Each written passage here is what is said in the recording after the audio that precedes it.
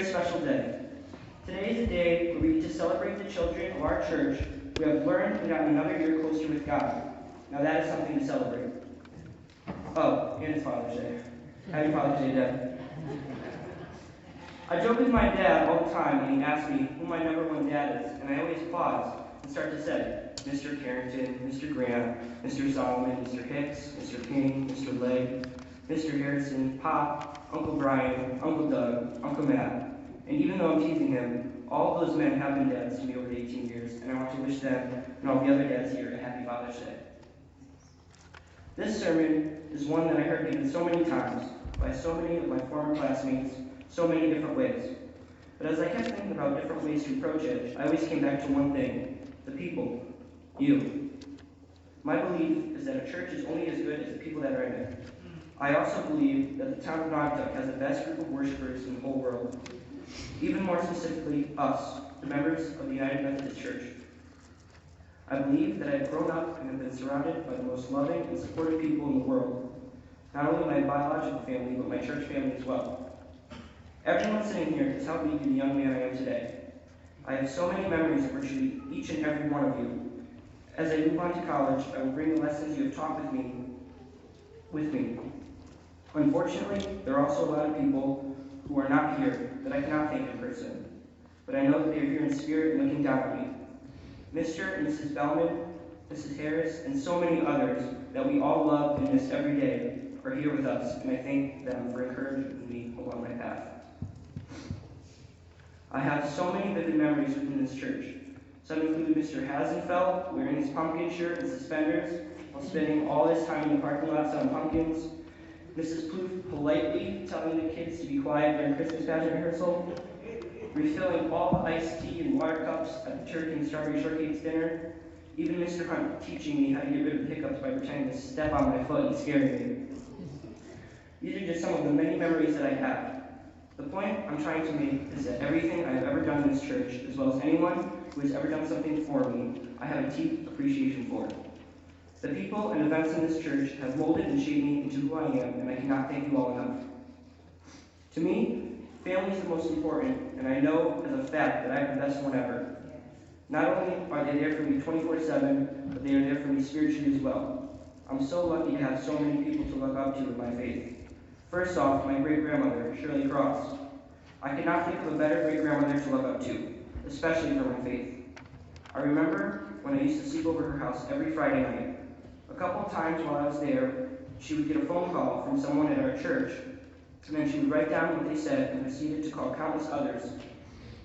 I did not know exactly what it was she was doing, but as I got older, I found out that she was the leader of the church's prayer chain. Another memory includes going over to the picture of Jesus at her house that was lit up in her dining room before bed, and bowing our heads and praying every night. I was there with her and Poppy. She is truly the most inspirational person and spiritual leader of my family. She often talks about how her heart is filled with love when she looks around the church and sees my grandmother and grandfather, my Aunt Casey and Auntie Jamie, Uncle Doug and Brian, and all my little cousins sitting next to Mom, Dad, and Stephen, and the rest of the congregation that she loves so much. The theme of today's service is God's unconditional love, and when my class was coming up with Bible verses for the children's message, we found a verse that I believe my great-grandmother lives by. John chapter 13, 34-35. Love one another like God loves us.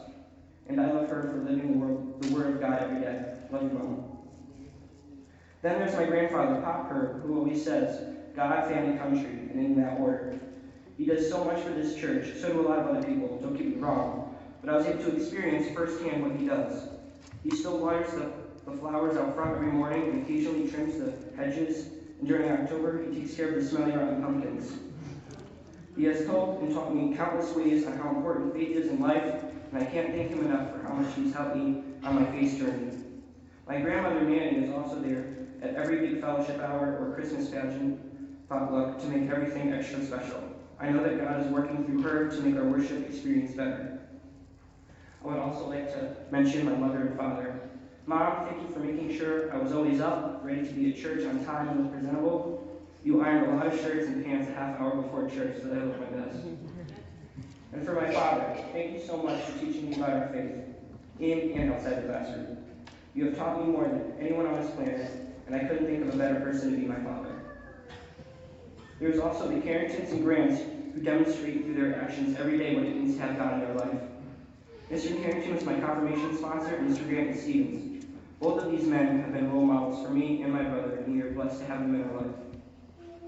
I've probably had more interaction outside the church with Mrs. Clark than anyone else. She has always been a special friend who always puts a smile on my face every time I'm around her. Thank you for all being a part of my faith and journey in life. I also need to mention my brother Steve, who has been with me through all this.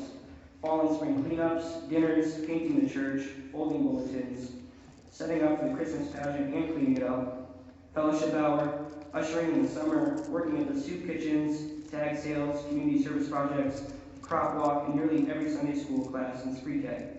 Steve, we have been through it all together, and now Dad's going to make you do it all without my help. Good luck. All of my Sunday school teachers have contributed to my knowledge of Jesus' teachings and my spiritual growth. Without their faithful service every Sunday morning, me and all the children of this church would not be who we are. I know that God smiles on all of you for the time you have given to us. Finally, Pastor Hicks. Your spiritual leadership and inspiration you have provided me have helped me to more fully appreciate God's will in my life. Thank you. As I prepare to take everything that this congregation has given me into the next phase of my life, I wanted to share with you the quote I chose to accompany my picture in the high school yearbook. It comes from John Wesley and goes like this: do all the good you can, by all the means you can, in all the ways you can, in all the places you can, at all the times you can, to all the people you can, as long as ever you can. I chose this because I believe it embodies everything that the people in this church have taught me and how I aspire to live. I believe that growing up in the church, we have done all the good we can by our involvement in our community and beyond to help those in need. By all the means we can, which has included the gift of our time and talents and money to help others in the name of our Lord.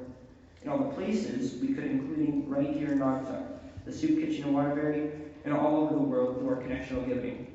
And we did this all the times that we could, when others were sleeping in on Sunday mornings. Many times we were using our time to help others in the name of God, to all the people we could help. Wesley ends this quote with, as ever you can. And that is what I will bring with me as I continue to learn and grow in God. I will continue to do all the good I can, by all the means I can, in all the ways I can, in all the places I can, in all the times I can, to all the people I can, because I learned that I can from all of you. The examples that you have provided me. At the end of August, I will be attending the University of Connecticut at Storrs to study actuarial science, and I know that my future will be a good one because of the foundation that you all have given me. I would like to conclude with a passage from the Bible that also provides with an added layer of confidence in my future. Proverbs chapter 3, verses 5 to 6 says, "Trust in the Lord with all your heart, and lean not on your own understanding. In all the ways you submit to him, and he will make your path straight." Thank you all again for your love, support, and spiritual guidance. God bless all of you.